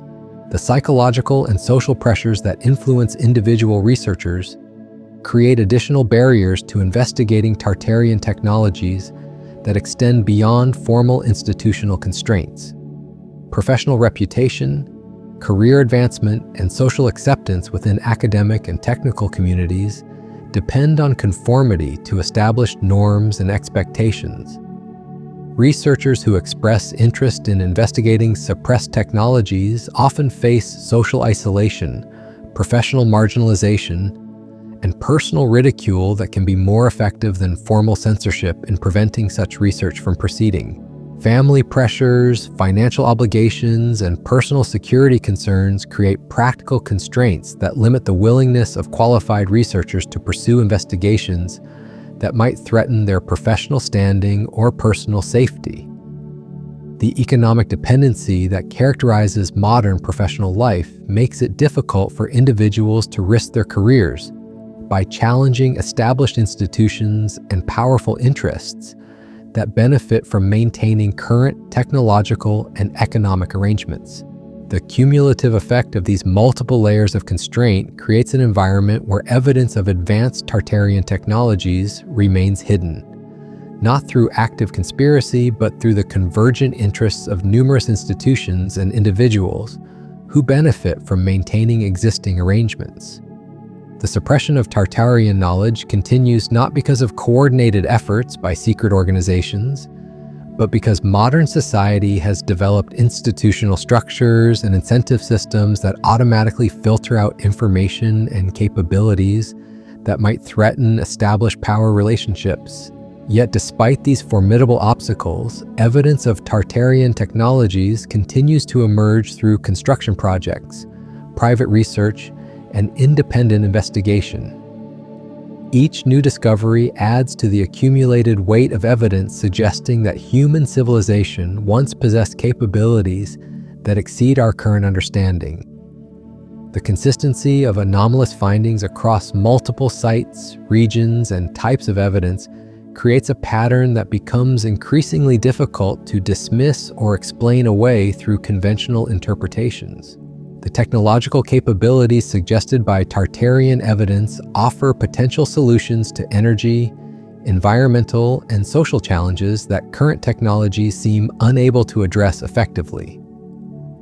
Understanding how Tartarian systems achieved wireless energy transmission, architectural resonance, and sustainable urban design could provide pathways toward more sustainable and equitable approaches to human development. The recovery of such capabilities might enable technological advancement that serves human needs rather than concentrating power and creating dependency. The historical implications of Tartarian evidence extend beyond questions about past civilizations to fundamental issues about the nature of human potential and the factors that shape technological development. If advanced capabilities were once achieved and then systematically suppressed, what does this suggest about the forces that continue to influence human progress today? The patterns visible in the suppression of Tartarian knowledge may illuminate similar processes that continue to shape contemporary technological and social development. The investigation into Tartarian civilization and the mud flood mystery reveals not just evidence of a lost world, but insights into the mechanisms through which knowledge and capabilities can be systematically erased from human awareness. Understanding these processes becomes crucial for recognizing similar patterns in contemporary society and developing strategies for preserving and recovering knowledge that might otherwise be lost to future generations. The buried buildings that spark this investigation represent more than architectural curiosities or historical anomalies. They stand as monuments to human potential that was achieved, suppressed, and nearly forgotten but not entirely lost. Beneath the accumulated sediment of time and deliberate concealment lies evidence of what human civilization might accomplish when technological development serves human flourishing rather than institutional control. As we continue to uncover fragments of this hidden heritage, we face choices about whether to allow such evidence to remain buried under layers of institutional resistance and deliberate ignorance, or whether to pursue the difficult work of recovering capabilities that might transform our understanding of what human societies can achieve. The mud flood may have buried one chapter of human development, but the story continues in our response to what we discover beneath the surface of accepted history. The technological principles embedded in Tartarian architecture suggest approaches to energy, communication, and urban design that could address contemporary challenges while reducing dependency on systems that concentrate power and degrade the environment. The recovery of such knowledge requires not just technical investigation, but social and institutional changes that would allow suppressed capabilities to be developed and implemented for the benefit of all humanity, rather than the control of established interests. The evidence continues to accumulate, the patterns become clearer, and the implications grow more profound. What we do with this knowledge will determine whether the advanced capabilities of Tartarian civilization remain buried beneath the mud of history, or whether they rise again to illuminate pathways toward a more sustainable and equitable human future. The archaeological record holds its secrets close, but technology has begun to pry open doors that were sealed more than a century ago. Ground-penetrating radar surveys conducted across sites in former Tartarian territories reveal subsurface anomalies that challenge every assumption about what lies beneath our feet.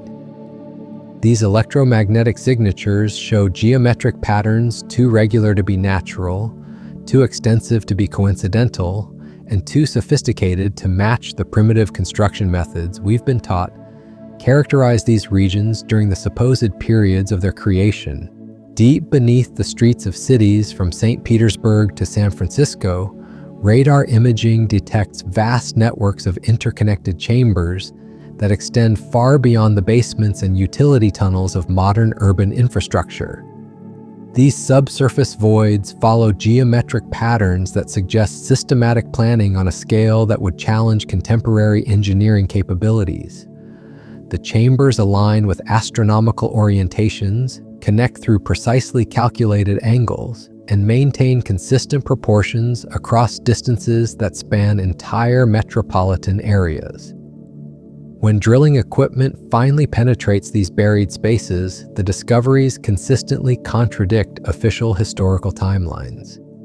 Stone cutting that achieves tolerances measured in fractions of millimeters, mortar compositions that have maintained structural integrity for centuries without the chemical additives considered essential in modern construction. Ventilation systems that circulate air through miles of underground passages without mechanical assistance. The engineering sophistication revealed by these investigations exceeds what conventional histories claim was possible for their alleged periods of construction. The metallurgical evidence proves equally challenging to conventional explanations. Metal fixtures recovered from buried Tartarian sites display alloy compositions that weren't supposed to be achievable without industrial smelting techniques that post-date these structures by decades or centuries. Corrosion patterns indicate exposure to environmental conditions that differ significantly from what these regions currently experience, suggesting either dramatic climate changes or original construction in entirely different geographical contexts. Chemical analysis of building materials reveals additional anomalies that complicate attempts to fit these discoveries into accepted historical frameworks. Limestone blocks show isotope signatures consistent with quarries located thousands of kilometers from their current locations. Wooden structural elements display growth ring patterns that correspond to climate conditions not seen in these regions during any period covered by conventional historical records. The physical evidence consistently points toward construction techniques, material sources, and environmental conditions that don't align with established chronologies. Carbon dating of organic materials found within these buried structures yields results that spread across multiple centuries, creating confusion rather than clarity about construction timelines. Some samples suggest ages that predate official historical accounts by hundreds of years. Others indicate more recent origins that still don't correspond to documented construction projects. The scattered chronological data suggests either contamination of samples, fundamental flaws in dating methodologies, or construction and renovation activities that extended across much longer periods than conventional histories acknowledge. Photographic documentation of excavation projects from the late 19th and early 20th centuries provides visual evidence of the systematic uncovering and subsequent destruction of these buried architectural remains. Images show massive earth-moving operations that exposed elaborate stone structures, sophisticated drainage systems, and ornate decorative elements that were then systematically dismantled and removed.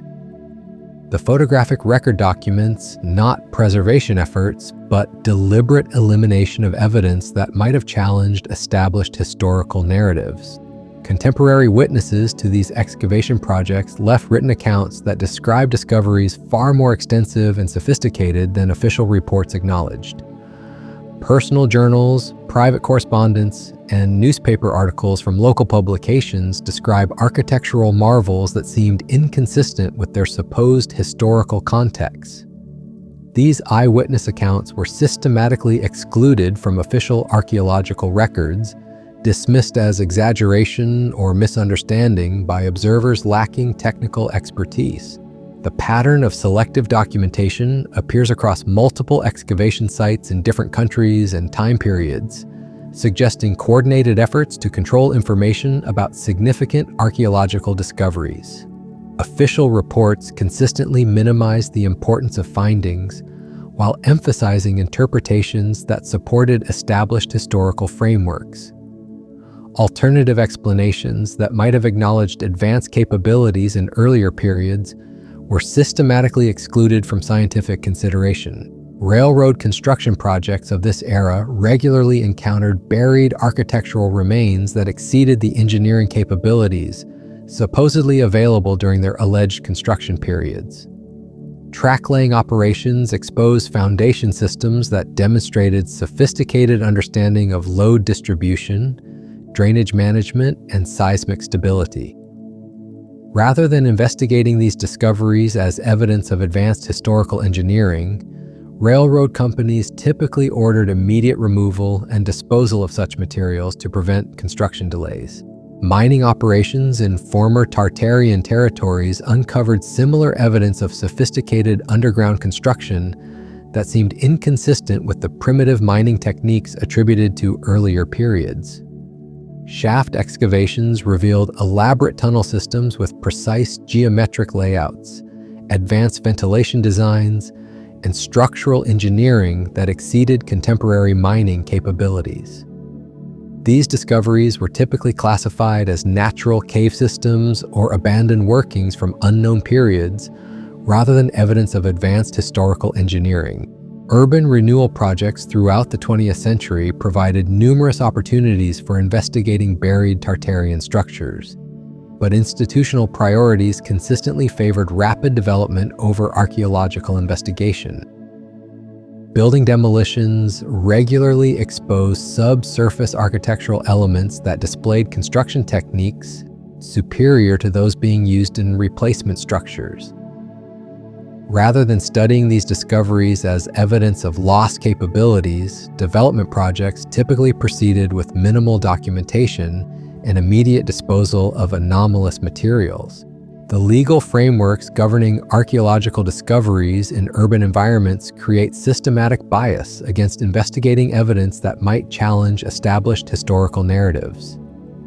Environmental impact assessments, construction permits, and development schedules prioritize rapid project completion over thorough investigation of significant findings. Insurance policies and liability concerns create additional pressures to minimize the importance of discoveries that might trigger preservation requirements or historical revision. Municipal authorities responsible for urban planning and development maintain policies that effectively discourage recognition of buried architectural remains as historically significant. Zoning regulations, building codes, and infrastructure standards assume that subsurface anomalies represent obstacles to development rather than opportunities for advancing historical understanding. The bureaucratic frameworks that govern urban development create institutional momentum toward destroying rather than preserving evidence of advanced historical capabilities. Academic institutions that might otherwise lead investigations into buried Tartarian structures face funding constraints that limit their ability to pursue research that challenges established historical frameworks. University archaeology departments depend on government grants and corporate partnerships that favor projects supporting predetermined conclusions rather than open-ended investigations that might yield disruptive discoveries. The financial dependency of academic research creates systematic bias against investigating evidence that might threaten institutional relationships or commercial interests.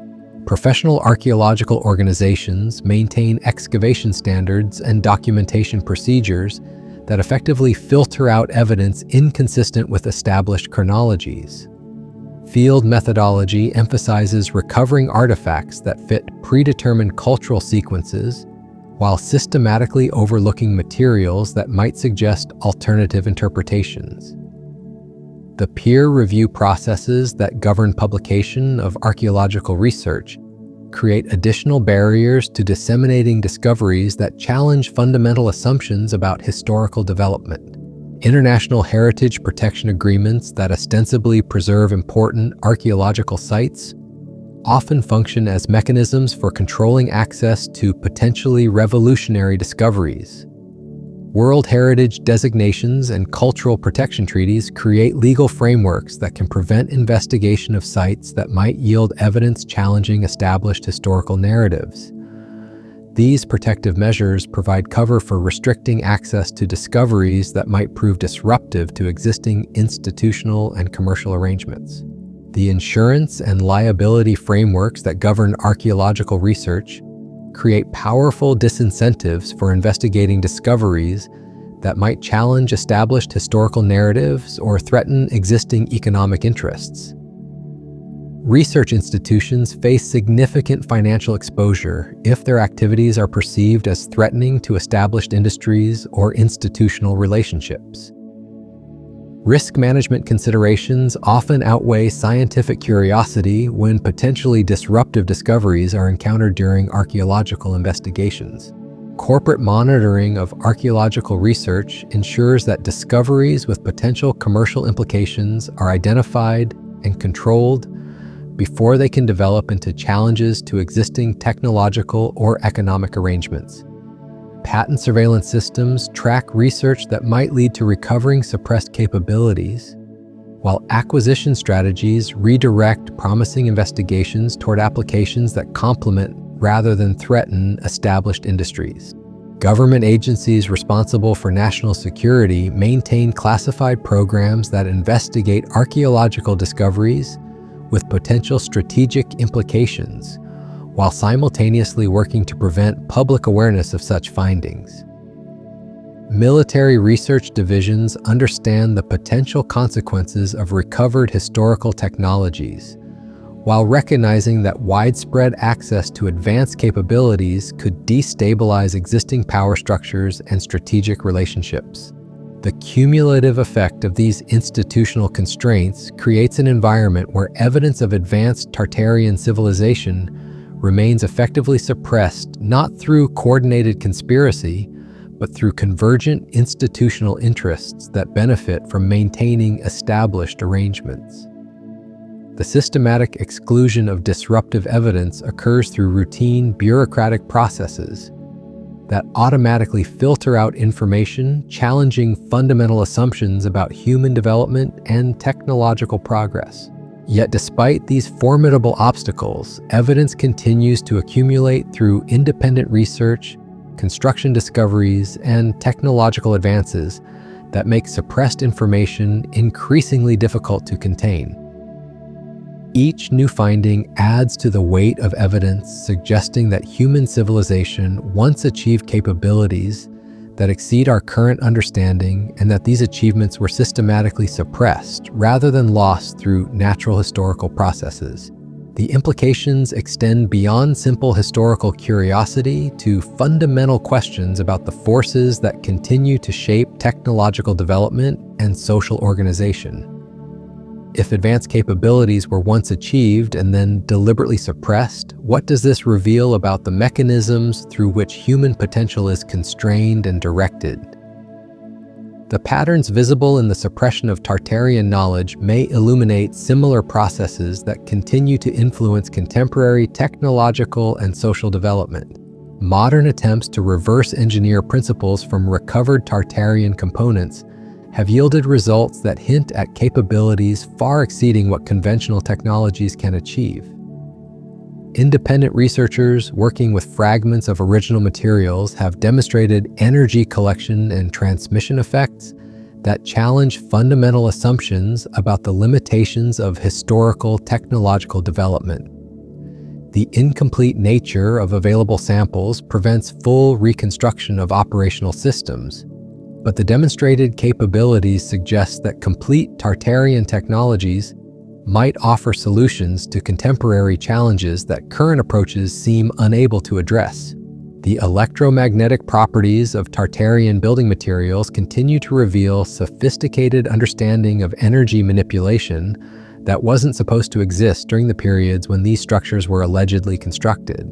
Resonance frequencies, conductivity patterns, and field generation effects suggest technological applications that integrate architectural design with energy systems in ways that modern engineering rarely attempts. The systematic study of these properties offers pathways toward developing sustainable technologies that could reduce dependency on centralized power generation and distribution systems. Underground networks revealed by ground-penetrating radar suggest infrastructure systems that could support entire urban populations without the environmental impact associated with contemporary cities. The sophisticated water management, waste disposal, and energy distribution systems indicated by subsurface anomalies offer models for sustainable urban development that could address contemporary challenges while reducing resource consumption and environmental degradation. The construction techniques evident in recovered Tartarian structures demonstrate approaches to building and engineering that achieve superior performance using methods that seem more sustainable than contemporary practices.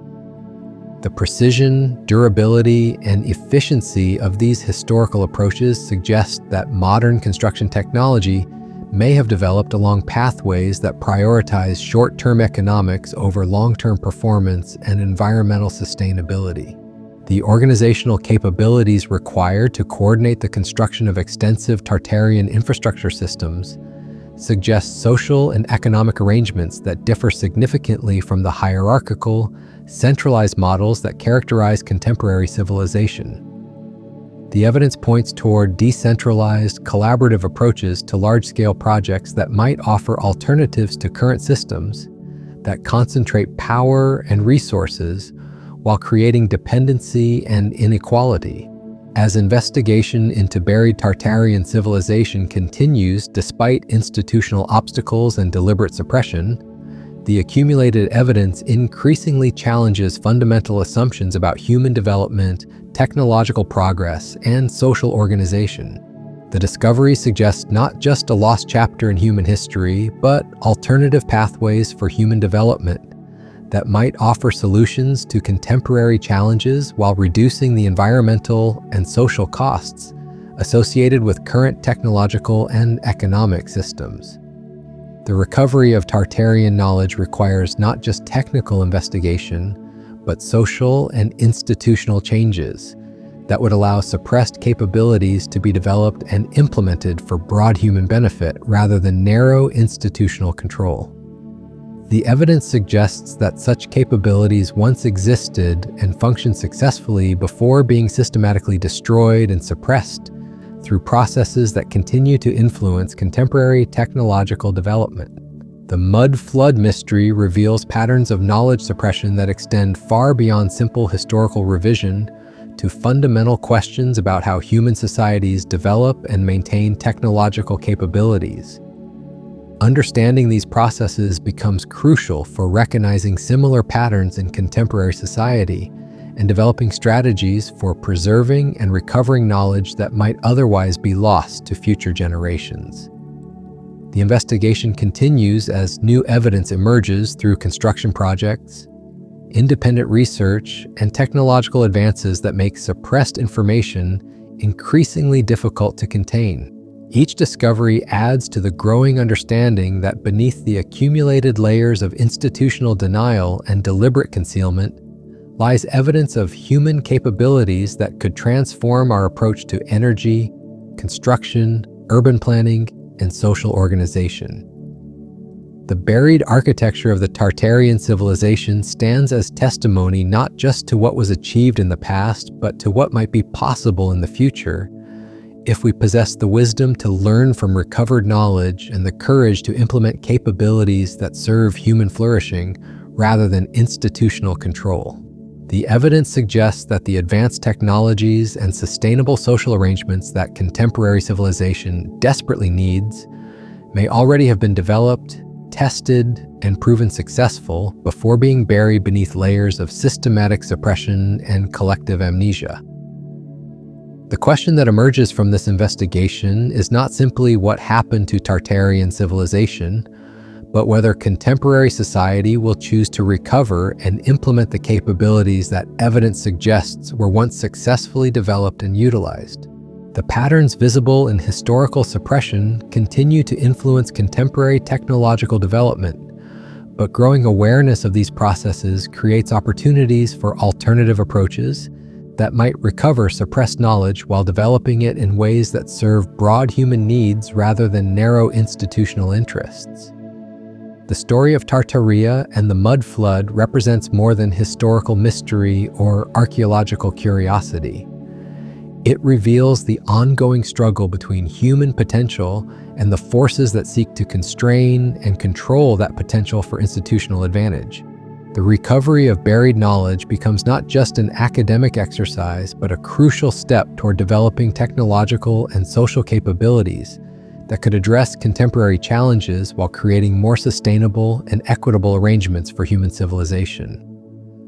The electromagnetic anomalies detected beneath major metropolitan areas continue to reveal patterns that suggest Tartarian infrastructure operated according to principles that modern science is only beginning to understand. When researchers apply spectral analysis to the frequency signatures emanating from buried structures, they discover harmonics that correspond not to random geological formations, but to engineered systems designed to interact with natural electromagnetic fields in sophisticated ways. Recent advances in quantum field detection have revealed that many former Tartarian sites exhibit what physicists describe as coherent energy states, conditions where electromagnetic fields maintain stable patterns across large areas, without external power sources.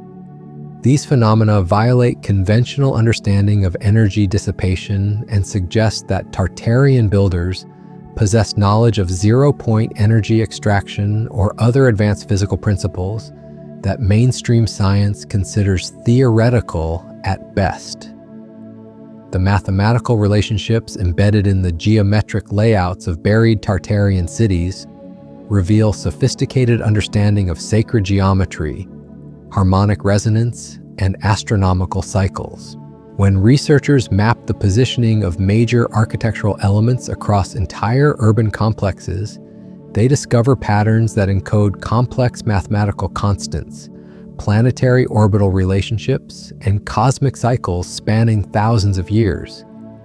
The precision of these relationships suggests that Tartarian urban planners worked from a unified theoretical framework that integrated physics, astronomy, and engineering in ways that exceed contemporary interdisciplinary capabilities.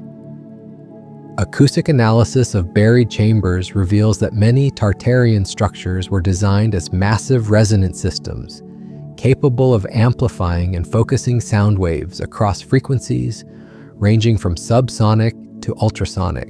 When researchers introduce controlled acoustic signals into these spaces, the structures respond with harmonic patterns that suggest they once functioned as components in larger acoustic networks, spanning entire regions.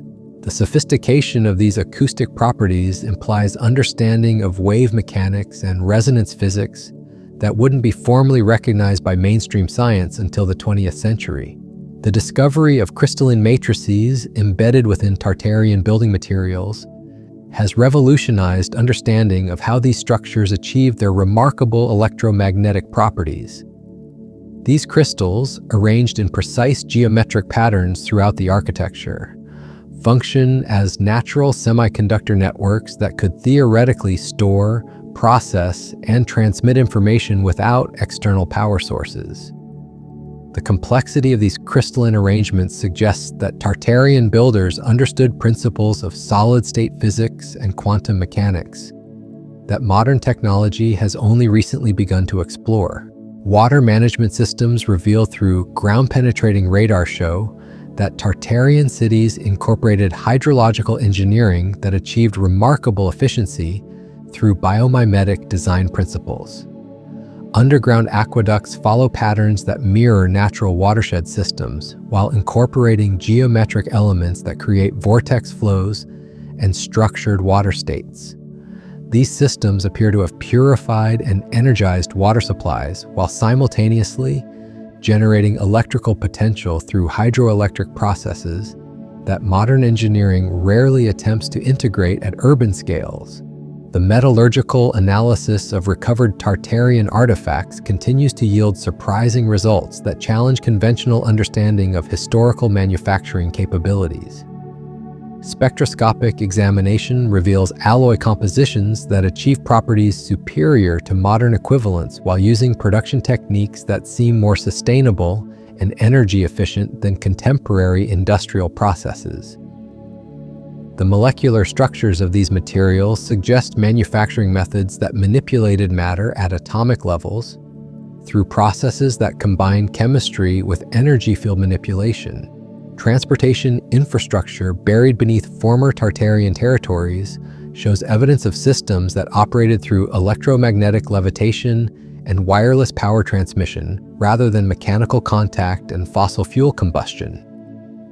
Track systems discovered during subway construction projects display electromagnetic field generation capabilities that could theoretically support frictionless vehicle movement at high speeds with minimal energy consumption. These systems appear to have been integrated with the broader energy networks that powered Tartarian cities through architectural resonance and atmospheric energy collection. Agricultural systems associated with Tartarian settlements demonstrate sophisticated understanding of soil chemistry, plant genetics, and ecological relationships that enabled sustainable food production without the environmental degradation associated with modern industrial agriculture. Archaeological evidence suggests that these systems achieved higher yields per unit area while simultaneously improving soil quality and supporting biodiversity. The techniques appear to have integrated electromagnetic field manipulation with biological processes in ways that enhanced rather than depleted natural ecosystems. Medical facilities identified through architectural analysis of buried Tartarian structures incorporated healing technologies that combined acoustic therapy, electromagnetic field treatment, and architectural design elements that supported human health and recovery. The geometric proportions of these healing spaces correspond to frequencies that modern research has identified as beneficial for cellular repair and regeneration. The integration of therapeutic technologies with architectural design suggests understanding of biofield interactions that mainstream medicine is only beginning to acknowledge.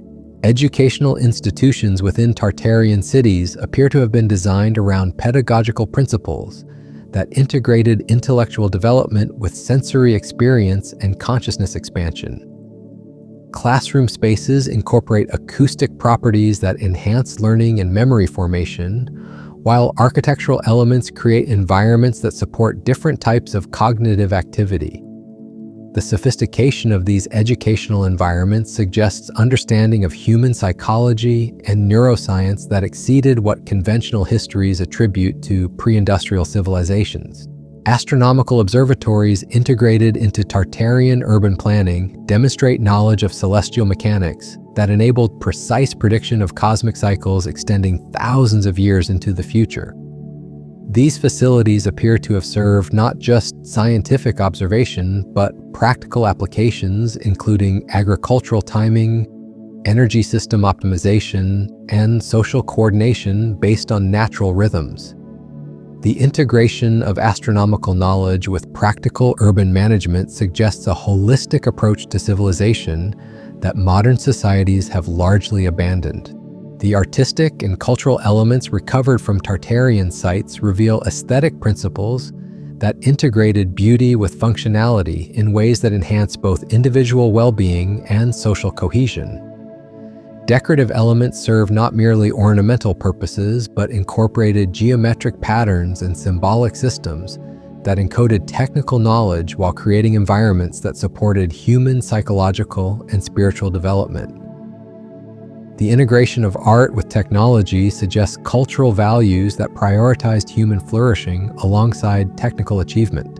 Economic systems indicated by archaeological evidence suggest that Tartarian civilization operated through resource distribution networks that achieved abundance without creating scarcity or inequality. The absence of fortifications, weapon stockpiles, and wealth concentration indicators implies social arrangements based on cooperation rather than competition. The technological capabilities that enable such arrangements challenge fundamental assumptions about the relationship between technological advancement and social organization. Governance structures revealed through analysis of public spaces and administrative buildings suggest decision-making processes that integrated individual autonomy with collective coordination through technological systems that facilitated communication and consensus building across large populations. The architectural evidence implies political arrangements that balance personal freedom with social responsibility through mechanisms that modern political science considers theoretically desirable but practically impossible to implement. The environmental integration achieved by Tartarian civilization demonstrates that advanced technology need not require environmental destruction, but can enhance natural systems while providing for human needs. The archaeological evidence suggests that Tartarian cities functioned as beneficial components within larger ecosystems rather than parasitic extractions from natural resources. This integration challenges contemporary assumptions about the inevitable environmental costs of technological development. Religious and spiritual facilities within Tartarian cities appear to have been designed around understanding of consciousness and reality that integrated scientific knowledge with transcendent experience. These spaces incorporated technologies that could induce altered states of awareness while maintaining architectural beauty that inspired reverence and wonder. The integration of spiritual practice with advanced technology suggests worldviews that unified material and transcendent dimensions of existence. The systematic destruction of Tartarian civilization appears to have targeted not just physical infrastructure, but the knowledge systems and cultural arrangements that made such achievements possible. The suppression eliminated not only technological capabilities, but the social and spiritual frameworks that enabled sustainable abundance and cooperative governance. Understanding this comprehensive erasure becomes crucial for recognizing similar processes that continue to influence contemporary development. Recovery efforts face obstacles that extend beyond technical challenges to fundamental questions about whether contemporary civilization possesses the wisdom and spiritual development necessary to handle capabilities that were apparently achieved and then lost through misuse or suppression. The evidence suggests that technological power without corresponding ethical and spiritual development may inevitably lead to destruction, making recovery of Tartarian knowledge dependent on simultaneous recovery of the consciousness and values that enabled its beneficial application.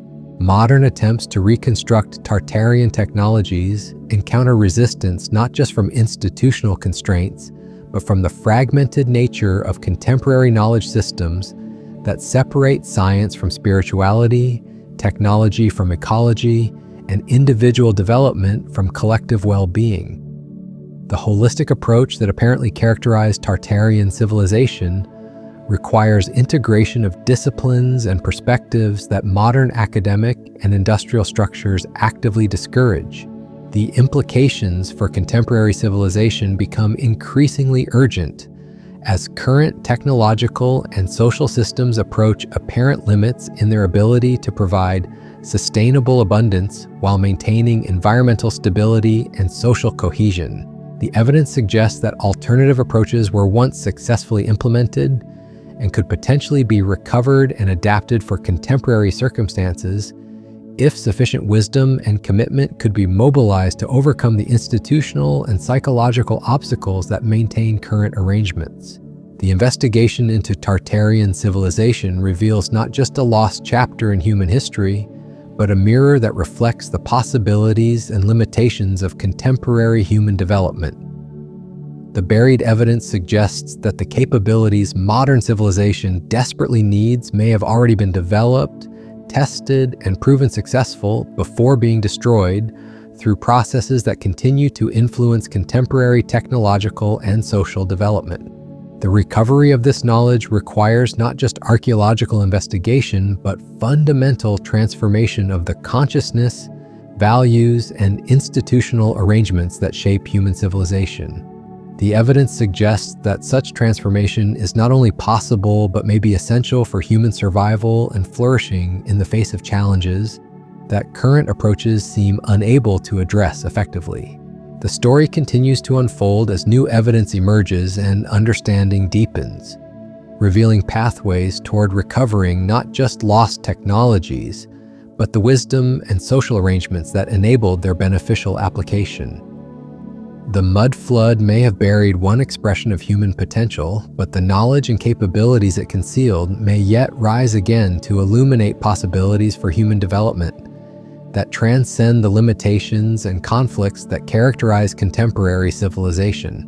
The electromagnetic signatures continue to pulse beneath our feet, the geometric patterns persist in their mathematical perfection, and the acoustic properties of buried chambers await rediscovery by those with sufficient sensitivity and commitment to hear their message.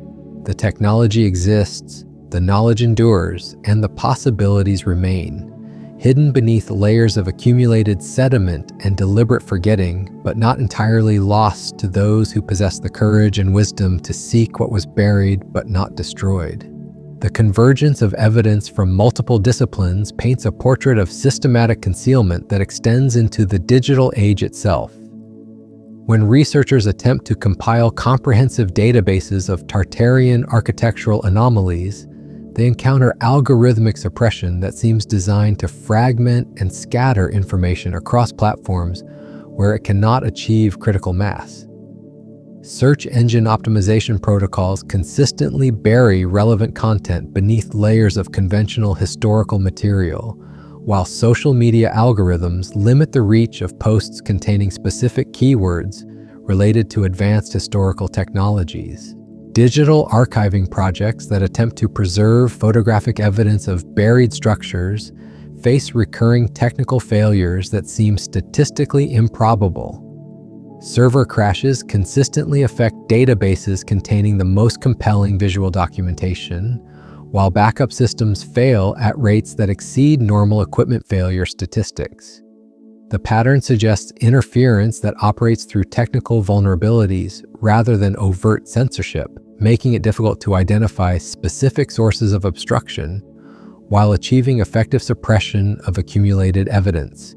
Crowdsourced research initiatives that attempt to coordinate international investigation of Tartarian sites encounter sophisticated interference that disrupts communication networks and corrupts shared databases. Collaborative platforms experience targeted attacks that compromise data integrity while maintaining plausible deniability through apparent random system failures. The technical sophistication required for such operations suggests resources and capabilities that extend far beyond individual institutional interests into realms of coordinated technological warfare against information dissemination. Financial surveillance systems monitor transactions related to Tartarian research materials, creating profiles of individuals and organizations involved in investigating suppressed technologies.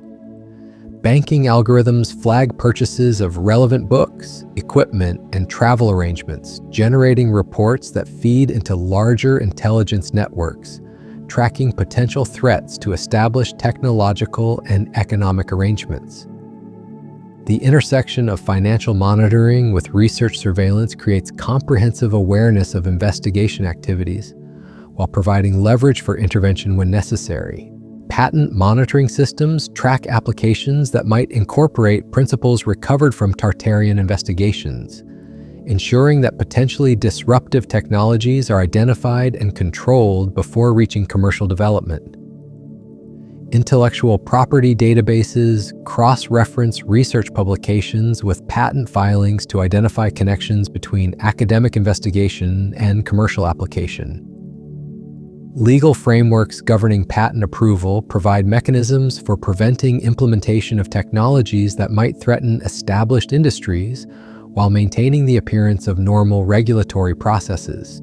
Academic career tracking systems monitor researchers whose work approaches topics related to suppressed historical technologies, creating profiles that influence funding decisions, publication opportunities, and professional advancement. Citation networks and peer review systems provide early warning of research directions that might lead toward recovering dangerous knowledge while offering mechanisms for redirecting promising investigators towards safer areas of inquiry. The subtle nature of academic pressure makes it difficult for researchers to recognize when their careers are being deliberately constrained rather than naturally limited by competitive pressures. International communication monitoring systems track correspondence between researchers in different countries, identifying collaborative networks that might coordinate investigation of Tartarian sites across multiple jurisdictions. Email surveillance, communication metadata analysis, and social network mapping provide comprehensive awareness of research coordination while enabling targeted disruption of collaborative efforts. The global nature of modern communication systems makes such monitoring technically feasible, while legal frameworks governing national security provide justification for extensive surveillance of academic and private research activities. Cultural influence operations shape public perception of historical anomalies through entertainment media that presents suppressed technologies as fantasy rather than recovered knowledge. Science fiction narratives, historical documentaries, and educational content consistently frame advanced historical capabilities as impossible, while promoting technological narratives that emphasize dependency on centralized systems. The subtle nature of cultural programming makes it difficult for audiences to distinguish between entertainment fiction and suppressed historical reality. Educational technology platforms increasingly control how students access historical information, embedding algorithmic filters that prioritize conventional narratives while limiting exposure to alternative perspectives. Online curricula, digital textbooks, and automated assessment systems create comprehensive control over educational content while maintaining the appearance of diverse information access. The integration of artificial intelligence with educational delivery systems provides unprecedented capabilities for shaping developing minds while concealing the mechanisms through which such influence operates. Professional conference systems coordinate speakers, topics, and audience composition to ensure that gatherings of researchers interested in historical anomalies never achieve sufficient concentration of knowledge and resources to mount effective investigations. Conference scheduling, venue selection, and participant approval processes provide multiple opportunities for preventing productive collaboration while maintaining the appearance of open academic discourse. The fragmentation of research communities prevents accumulation of critical mass necessary for breakthrough discoveries. Publishing industry consolidation creates centralized control over information distribution that enables coordinated suppression of materials related to Tartarian evidence. Editorial policies, distribution networks, and marketing strategies ensure that books containing compelling evidence remain marginalized while publications supporting conventional narratives receive maximum promotion and availability. The economic pressures facing independent publishers make them vulnerable to acquisition or financial pressure that extends corporate control over previously independent information sources. Library acquisition policies reflect similar patterns of systematic exclusion, with materials related to suppressed historical technologies consistently receiving low priority for purchase while facing accelerated removal from collections during periodic updates. Digital library systems provide enhanced capabilities for controlling access to specific materials while tracking individual research patterns to identify users whose interests might warrant additional monitoring. The transition from physical to digital libraries eliminates the serendipitous discoveries that once enabled researchers to encounter suppressed information through browsing and cross-referencing.